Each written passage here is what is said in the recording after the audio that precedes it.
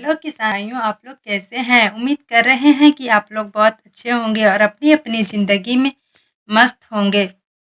आज हम आपको लहसुन की खेती में पोटाश का इस्तेमाल करना बताएंगे। किसान भाइयों, खेती में मेहनत तो सभी करते हैं, लेकिन खेती में बढ़िया उत्पादन लेने के लिए सही जानकारी और सही तकनीक का ज्ञान होना बहुत ही आवश्यक है, क्योंकि सही जानकारी और तकनीक अपनाने से आपकी फसल में चार चांद लग सकते हैं। खासकर लहसुन जैसी फसल में, जहां सही पोषण का समय पर उपयोग फसल की उपज, आकार और गुणवत्ता को नई ऊंचाइयों पर ले जा सकता है। दोस्तों, वैसे तो लहसुन की फसल के लिए सभी आवश्यक पोषक तत्वों की अपने अपने स्थान पर महत्व और भूमिका होती है। इसी प्रकार पोटेशियम की भी लहसुन की फसल के लिए अपनी एक महत्वपूर्ण आवश्यकता है, जो जड़ों के विकास, कंद के आकार और फसल की रोग प्रतिरोधक क्षमता को बढ़ाने में मदद करता है। कई किसान भाई केवल बुआई के समय पोटेशियम का उपयोग करते हैं के बाद, जबकि फसल के 50 से 70 दिन के बीच इसका दोबारा उपयोग चमत्कारी परिणाम देता है। इस वीडियो में हम आपको विस्तार से बताएंगे कि लहसुन की फसल में potassium, MOP muriate of potash, SOP sulphate of potash और अन्य पोषक तत्वों का सही समय पर और सही तरीके से उपयोग कैसे करें। इसके साथ ही हम यह भी बताएंगे कि पोटेशियम का उपयोग सही तरीके से लहसुन की फसल में करके आप कैसे कम लागत में अधिक उत्पादन प्राप्त कर सकते हैं। किसान साथियों, लहसुन की खेती में पोटेशियम का सही उपयोग आपकी फसल की उपज और गुणवत्ता को नई ऊंचाइयों पर ले जा सकता है। यह पौधे के हर हिस्से को पोषण देता है और उसकी रोग प्रतिरोधक क्षमता को बढ़ाता है। पोटेशियम लहसुन की जड़ों को मजबूत बनाता है, जिससे पौधा मिट्टी से अधिक पोषण और पानी ले पाता है। साथ ही यह कंद के आकार और वजन को बढ़ाने में मदद करता है। पोटेशियम फसल की हरियाली और चमक को बढ़ाता है, जिससे बाजार में उसे बेहतर दाम मिलते हैं। इसके अलावा इसमें रोग प्रतिरोधक क्षमता भी काफ़ी अधिक होती है, जिसके कारण यह फसल को बीमारियों से बचाने में सहायक होता है। अब हम आपको बताने जा रहे हैं कि पोटेशियम के कौन-कौन से प्रकार हैं। किसान भाइयों, पोटेशियम मुख्य रूप से दो रूपों में बाजारों में उपलब्ध है। पहला एमओपी म्यूरेट ऑफ पोटाश। किसान साथियों, इसमें पोटेशियम क्लोराइड होता है। बाजार में आपको यह सस्ता और आसानी से उपलब्ध हो जाता है। इसका उपयोग मिट्टी में मिलाकर या ड्रिप इरिगेशन के माध्यम से किया जा सकता है। दूसरा एसओपी पोटेशियम सल्फेट। किसान साथियों, इसमें पोटेशियम के साथ सल्फर भी होता है। यह फसल की गुणवत्ता और चमक को बढ़ाने में अधिक प्रभावी है। इसके अलावा यह थोड़ा महंगा है, लेकिन उच्च गुणवत्ता के लिए उपयोगी है। अब हम आपको बताने जा रहे हैं इसका उपयोग कब करना चाहिए। किसान साथियों, अब बात यह आती है कि लहसुन की फसल में कौन से पोटेशियम का उपयोग किस समय करना चाहिए।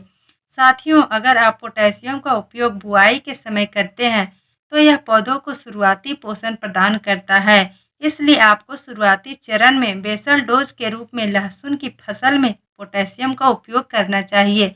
इसके बाद जब आपकी फसल 50 से 70 दिन के बीच पहुंच जाए, तब इस समय पोटेशियम के उपयोग से पौधे तेजी से बढ़ते हैं और उन्हें अंतिम पोषण की आवश्यकता की पूर्ति होती है। 50 से 70 दिन के मध्य में यदि पोटेशियम का उपयोग आप लहसुन की फसल में करते हैं, तो यह आपके फल के आकार को बढ़ाने में महत्वपूर्ण भूमिका निभाता है।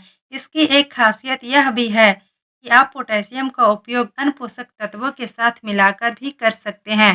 पोटेशियम के साथ अन्य पोषक तत्वों का उपयोग आपकी फसल के उत्पादन को और बढ़ा सकता है। अगर लहसुन की फसल में इसके उपयोग और सही मात्रा की बात करें, तो खड़ी फसल में 40 से 75 दिन के बीच 05234 MKP मोनो पोटेशियम फॉस्फेट उर्वरक 3 ग्राम और बोरॉन 20% डाई सोडियम ऑक्टाबोरेट टेट्राहाइड्रेट 1 ग्राम को प्रति लीटर पानी में घोलकर पौधों पर छिड़काव करें।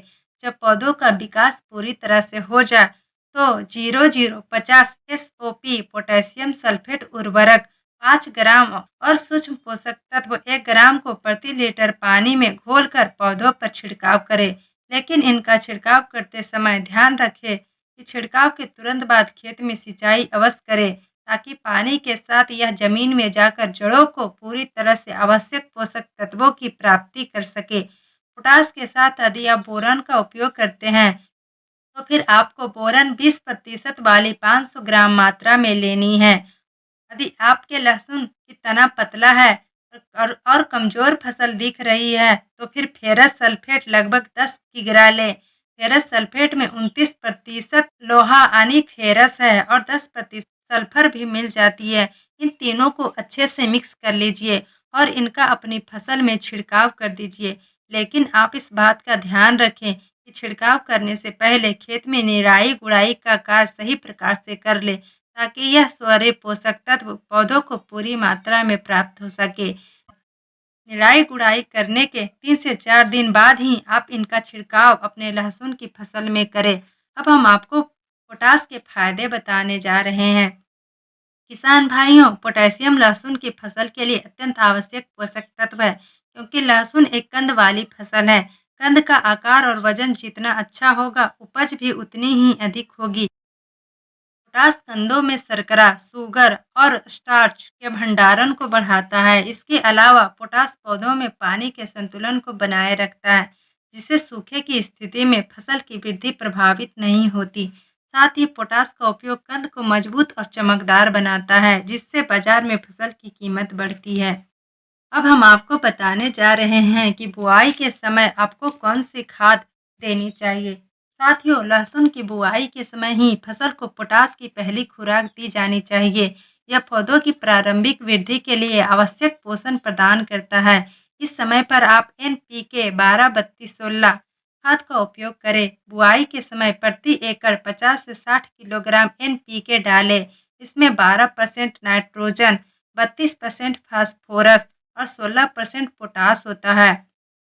म्यूरेट ऑफ पोटास लाल के चूर्ण के रूप में मिलने वाला यह खाद बुआई के समय प्रभावी है। प्रति एकड़ 30 से 40 किलोग्राम म्यूरेट ऑफ पोटास का उपयोग करें। बुआई के समय पोटास डालने से पौधे की जड़ें मजबूत होती है और उनकी प्रारंभिक वृद्धि बेहतर होती है। अब हम आपको बताने जा रहे हैं कि 25 से 30 दिनों के बाद आपको कौन सी खाद देनी चाहिए।